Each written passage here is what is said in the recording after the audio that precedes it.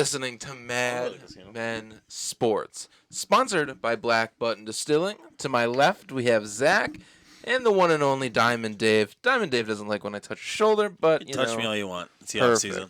I mean, guys, how you doing? The season's over. We have a lot to reflect on, but today we have our post-season awards. Guys, you excited about that? I wish it was a couple weeks later, but yeah, I'm excited. Yeah, I mean, shit happens. I mean, you look at Houston Texans that blew a 24-point lead, so. Makes you feel a little better, but sure. Zach, man, what's going on? Not much. Still trying to digest this whole thing. It's been a rough week. From everything from second questioning to the refs, of the play calling, why we didn't use our tight ends more, why we didn't use the running backs more. It's been a long week. Not a great week. I did enjoy some, the week itself for what it's worth. You were so upset you booked out of town. Yeah, the Bills were not in the position they should have been in order to win a game. I was happy they took it to overtime. But, there's a lot to do this offseason, and that cannot go understated. There's a lot to do from here on out if you want to get back to where you were even this year. Because don't act like they can just pick it up and they're again a 10-win team. There's a lot of work that goes into doing what they did and they accomplished this season. And the schedule is never going to be as easy as it was. They're never going to be able to be as healthy as they were. Adversity will only mount on this team. They're a young team. Hopefully they can learn from the mistakes that they've made this season and move forward. This is a huge offseason for Josh Allen, Sean McDermott, Brandon Beane. The whole process thing, this is it. This is your final year offseason to push it into full go, going in against a tough AFC West, a tough NFC West. You do not have an easy schedule next year. You need to do everything you can to be prepared and be ready. Well, to touch on that real quick, I think it's the same thing it's been for the song and dance for 20 years. You have to win the division. With Brady being on the outs, maybe, even though I think he's staying in New England, this is our chance to win. You have to win the division. None of the other games matter about who you're playing. You could be playing the Rams every single week. It doesn't matter. You need to win the division. And with Brady gone, even though it's another excuse, you win the division. You have nothing else to worry about. Just win the Just win the games you're supposed to win, and we can worry about the rest of the schedule later. But again, our Achilles heel this year was losing to the Patriots twice. So hopefully we solve that issue, and we need to, or else we're not moving anywhere. Yeah, we're supposed to do season awards right now, but that brings up an interesting point. So, Dave, you're going to go with the Bills' Achilles heel this season is not beating the Patriots twice? It's the same thing it's always been, not winning the division. Yes. In this case, it's the Patriots we lost to twice. Listen, if you win the division, that's 8 games right there. You need not win every single game, but you need to win the... What I mean is you play 6 games. You play the other... Yes. Sorry. Bad at math. Everyone knows that. Okay. So you need to... Yes, you need to beat the Patriots. You need to beat the beast up top. You didn't beat them. And this is the position we're at. Jake, what would you say is the Achilles heel of the Buffalo Bills this season? I mean, luckily you have 2 Achilles, so I think it is a combination of winning the games you're supposed to. I mean, you see the Browns, you lose by a field goal. You have the Baltimore Ravens, you lose by a score. The second New England game, you lose by a score. You lose both New England games by a score. So you're seeing these games that we are playing relatively close in, and from our perspective, everyone here at Madmen Sports, we're the better the team than those opponents that I mentioned. So just kind of taking our opportunities like by the horns, and seizing the day. Another thing is kind of allowing Josh to be Josh. I think he was kind of handcuffed a lot this year, for good reason. I mean, you look at his first 4 games, compare that to his next 8. The numbers are very, very contrasting. But there's points in the game where you have to let Josh throw the ball, and the way he knows how. So, can I touch on that real quick? Sure. Since we have time. Go ahead. I think the complete opposite. I think the Bills are out there throwing every week. We talked about this earlier in a family group chat. Sorry you weren't in. That's and messed up, I think the Bills act like Josh Allen is an all-pro. They act like he's been in the league for 10 years and just complete control of the offense. How many passing attempts did he have in the playoff game, Zach, as a stat guy? 46. I think he had 47. That's way too many for a game that goes into overtime. When Singletary and Gore have been running as effective as they have, I just think that's way too many times. Allen is in no position to be throwing the ball that many times, especially when every single game that we've been in this year, we've been in every single play until the end of the game. So you get away from the run game, you get away from too much, and you turn it into a throwing game. It becomes predictable for other teams, and you put too much on the shoulders of Josh Allen. Yeah, and I just want to remind you guys this is an off-season podcast, so it is what it is with that one. But with my Achilles heel, like Jake said, we do have two. I'm only going to use one.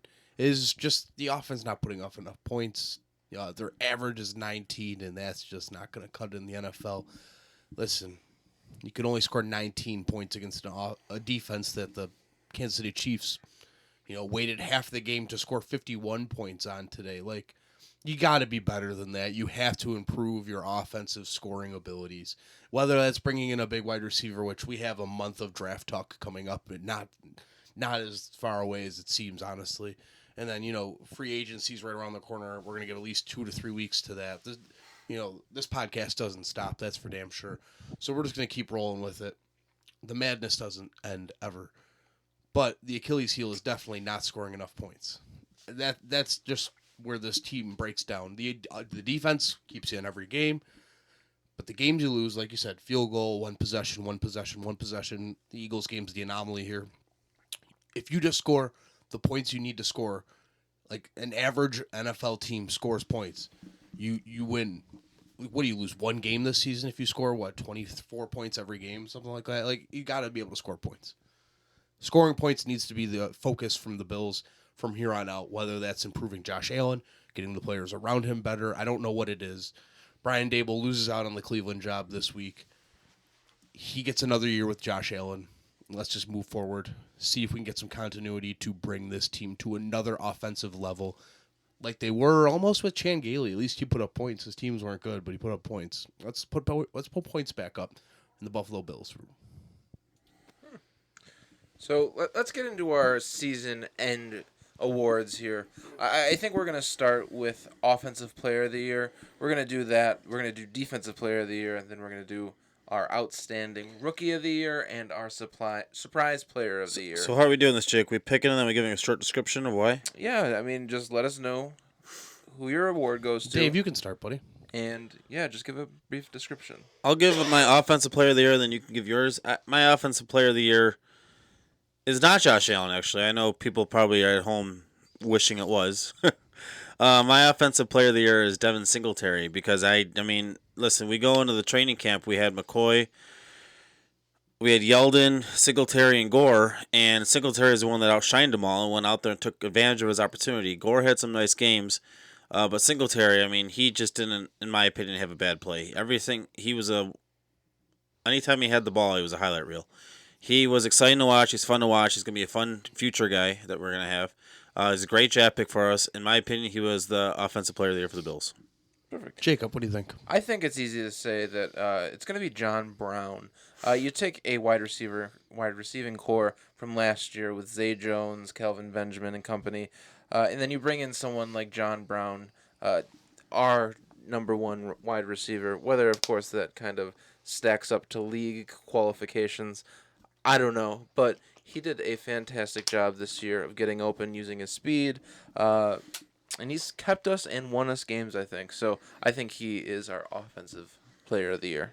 Yeah, I mean, John Brown ended the season with 2 passing touchdowns. Like, the guy was dynamic. He was versatile, hostile, mobile. I mein, he was great.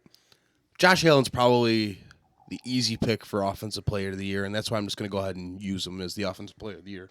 Because I think, like Jake said earlier in the podcast, when you let him go, like in the fourth quarter when they did, he's one of the best fourth quarter quarterbacks in the league. That's a great stat. That's where it matters. That's where, if you're on the fence like me about the guy, which, it's fair to be on the fence on this guy right now. Would you guys disagree? I mean, I would disagree on how much you're on the fence. I don't think you give him enough credit, but that's another conversation for another day. The fact that I'm on the fence at all. Oh, sorry. I think that Josh is Listen, he's in his second year. He led us to the playoffs. Whether the defense did what they did or not, but Josh does deserve credit. Josh is calling the plays. Josh is doing the plays that are called upon him. I think Dable doesn't get enough negative credit for the stuff he does. In my opinion, I think Dable should be on a short leash, but I think Josh Allen looks like he's the guy. Yeah, well, listen, it's fair to say that, he deserves more credit. But also, there's times where, I'm begging them to score more points and they don't. And who's to shoulder that blame? Josh Allen's easy on that one. He did have 3,000 passing yards. That's a big stat. It's definitely not what it used to be, of course. There's guys that get 5,000 yards every year at this point. I think he really produced touchdowns very consistently for the team, especially when there was a point where they weren't scoring many touchdowns. He took it upon himself to run it in. And that's where I find myself on the fence, because he does do everything in his absolute power to, score. He tries to run, he tries to throw. He might not have all the weapons possible in order to be at his highest ceiling. He needs another offseason. We talked about how last offseason was the full summer as him as the number one quarterback for the team. His rookie year, he didn't get anything. He had no offensive line. He had no wide receivers. He wasn't even, given the benefit of having the locker room, so to speak, as the number one quarterback. This is a huge offseason because now he has Cole Beasley, John Brown, Dawson Knox, Singletary. They can work out all summer long. Those guys aren't going anywhere.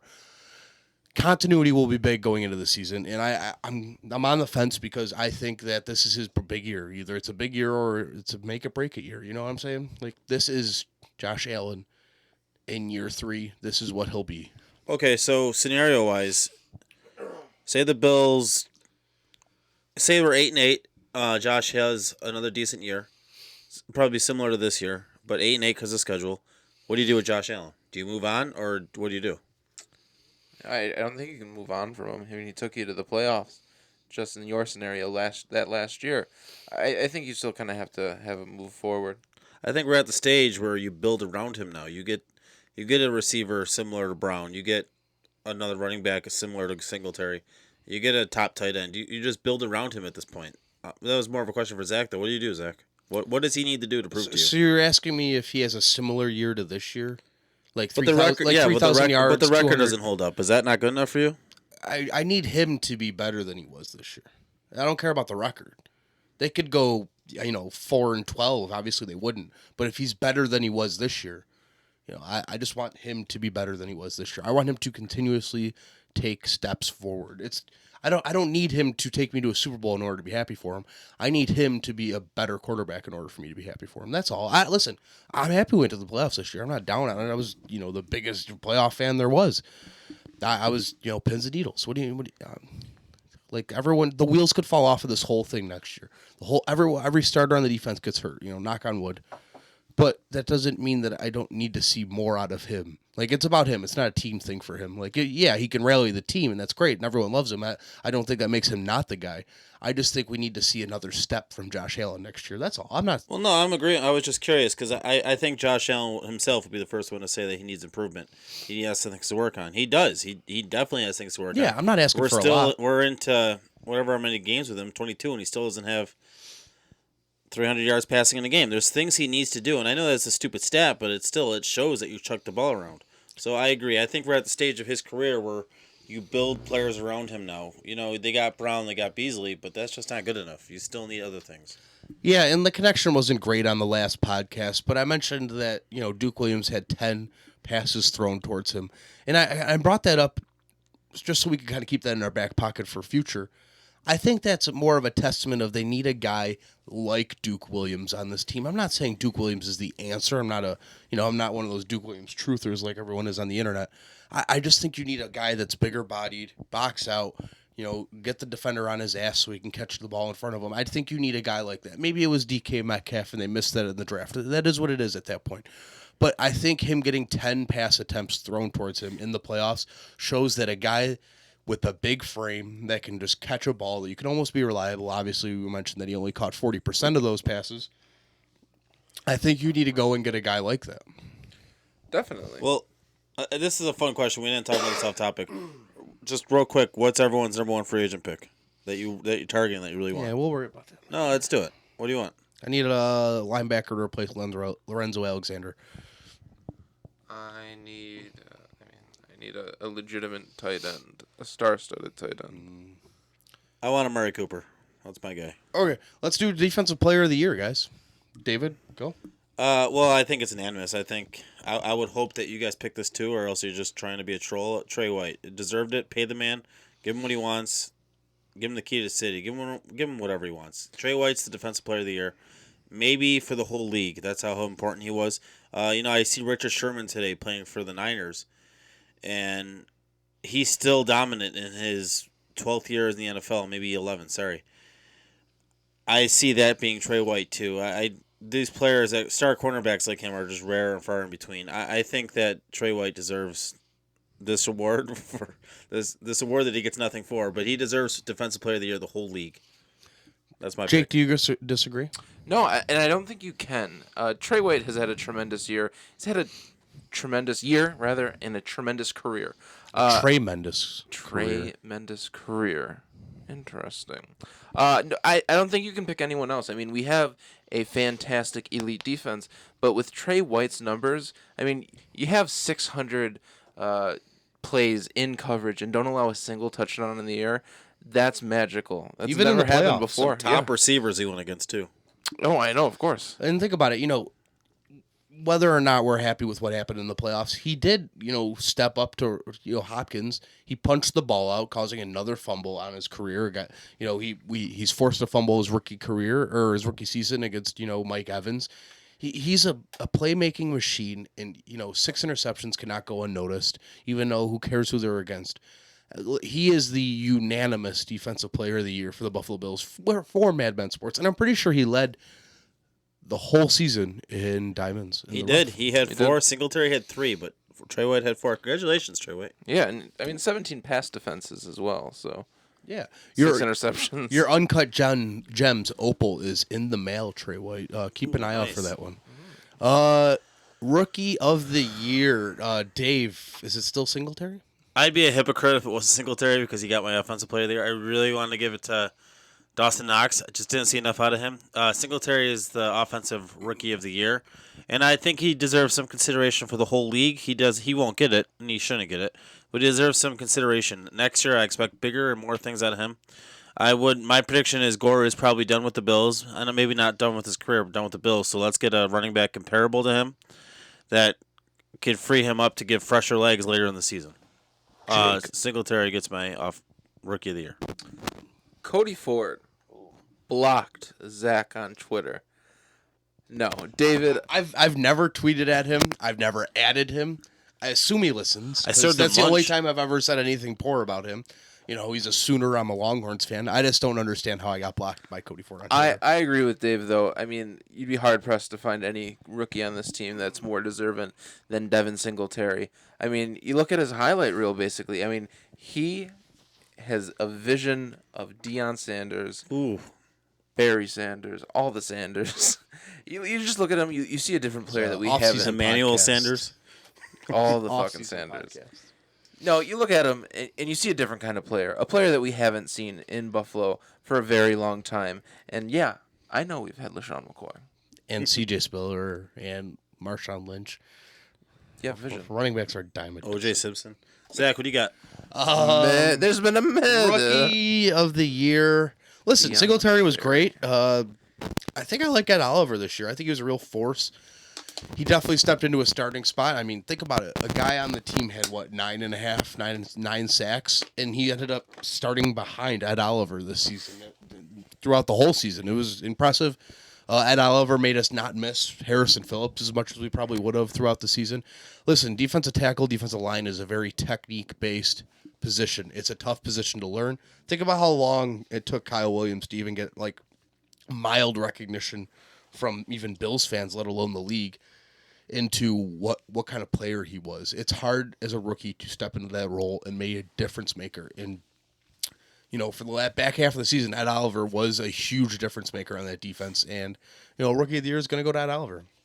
Dave, who do you got for surprise player? There's a lot of surprise performances. This one's not only a surprise, it's going to be a surprise to you guys. Because I'm breaking the rules like usual. Quentin Spain and John Feliciano, the two guards we picked up in the offseason, are my surprise players, and I do want them to re-sign, and I want the Bills. Feliciano has a contract. I want them to get it done soon. I'm sorry, Spain. I want him to sign and get it done soon. Those guys were just unstoppable. I think, in my opinion, and I do pay attention a lot of football, we had the best guards in the league. Those guys were just dominant. Spain played all 17, or they played every single game the Bills played this year. 100% every of single snaps yeah. too. Tell me that's not what doesn't surprise you about that. Feliciano is. I don't know why a team would let him go or not pay him. Those are my surprises, and I don't think you can argue with that. I think I can argue with that. You always do. Oh, not like Zach does. But that's all right. Jordan Phillips. Jordan Phillips came out of nowhere this year. We knew him last year as the guy who hyped everyone up in the stands. You have, 9.5 sacks out of nowhere when you expect him just to kind of pump up the crowd. Cheerleader of the Bills. Cheerleader of the Bills, now sack man for the Bills. Get that sack, boy. Yeah, and you know what? Phillips, he's probably going to sign with another team, and I'm perfectly okay with that. I don't think the Bills should, unload that kind of money on a guy at a position where you have, Harrison Phillips on a rookie deal, Starla Tule still locked up, Ed Oliver on a rookie deal. I don't think you need to put more money, especially the money he's going to command, into that position, especially when you can sign a Corey Liuget, a Vincent Taylor for cheap, and the guy that knows the system. Just keep pumping out one-year contracts at the second, the second string at that. My surprise player was gonna be Jordan Phillips, but you took him, and I want to keep it kind of interesting here. My surprise player is probably Dawson Knox because, we were kind of, wondering what was going to come out of the tight end position. We knew Tyler Kroft was on the team, got paid handsomely. We knew a little bit about him from Cincinnati. He came around very few times, got hurt when he was supposed to come back. Dawson Knox stepped up even in week 1. I mean, we all thought like, wow, Knox is pretty good. Week 2, we were like, oh, Sweeney's pretty good. But then, guy pulled away as it went on. He became almost a household name because of the way he played football. Dawson Knox, a little bit of Rambo. He's got that thing with Kyle Brandt on Good Morning Football with mean, angry runs, whatever it is. I don't know. But Week 3 against the Bengals. Yeah, exactly. Like Dawson Knox is going to be the key moving forward. He will be the tight end at the position for the future, most likely. I think the only way they bring anyone else in is if it's a veteran. Maybe they splash, get rid of Trent, get rid of Tyler Kroft, and they splash for Austin Hooper, who's a free agent. But I think Dawson Knox is the future tight end. That is a guy that you want to grow with your quarterback, especially as like a safety valve. We saw how Travis Kelce just ate up the field today in Kansas City. Dawson Knox will assume that role moving forward. And speaking of moving forward, the Bills, after the game, found out that there will not be any Lorenzo Alexander moving forward, kind of something we, knew a little bit. He was a leader in this locker room, kind of like the leader that took over after Kyle Williams. Jake, big loss, right? But, we could replace him. Is there a guy on the roster right now, do you think we could replace with Lorenzo Alexander, or do we need to go get one? I think you always have to keep your options open. I mean, we know what we have in Tremaine Edmonds and Matt Milano. Do I think we have one on the roster? I don't think so. We would want to keep our elite defensive status. So I think finding a good coverage linebacker is important. So I would say we would need to find one via the draft or free agency. Dave, do we have Lorenzo Alexander? Do we have his talent on the roster? Probably. Probably, yes, but I do believe our first-round pick will be for his position. What we don't have on the roster is his veteran and leadership experience in the locker room. That's something the Bills are going to lack. That's something the Bills are going to need. We lost it with Kyle Williams, but we had the luxury of having it replaced with Lorenzo. I don't see that now between the two safeties. Maybe Poyer and Hyde can take that role. But I don't believe we have a player on the roster that will take his leadership role, but I do believe we have the talent, or we will have the talent with the first-round pick. I do think the Bills are still continuing to go defensive heavy. I think they'll give Voshawn Joseph a chance to compete for that. So I'm not really 100% sold on the fact that they'll take a guy in the first round on that position, just because they might bring like a mid-round guy, like a second, third rounder they might love. I mean, we found Matt Milano in the 5th round, for crying out loud. I think they're willing to bring in a guy to come in here and compete for that spot with, Joseph, and then his name escapes me right now, but that guy from TCU, like I don't know what his name is, but Corey Thompson? no, it's Dobbs or something like that. Dobson. Dobson, yeah. So I think they have some guys that they're going to try to mix in. They're going to try to get them going. I think it's interesting, and I think they'll go to the youth for this. I don't know if they'll go free agency. I think they'll only go free agency if they find out that the draft isn't great at that linebacker position. They bring a guy in to kind of compete for that. So something that the Bills Mafia is talking about a lot is, Zach, you think Jordan Phillips is out? Jake, do you think Jordan Phillips is out? Yeah, I think he's just going to want to command too much money. And that's fine. To his right. 9.5 sacks is something to be proud of. I just don't think with... I think he peaked. I think what you were trying to say is he peaked. No, I don't could be even the think system that he's he in. peaked. I just don't think that we are in a position to pay him the money that he's looking for when we have to start thinking about who we have to pay on our team. I'm okay with also not paying him because I agree with Jake. We do have a lot of guys that are gonna want to get when you win, people want to get paid. So we do have a lot of guys like Milano, White, Poyer, Spain. A lot of guys are gonna want to get paid. Do we pay Shaq Lawson?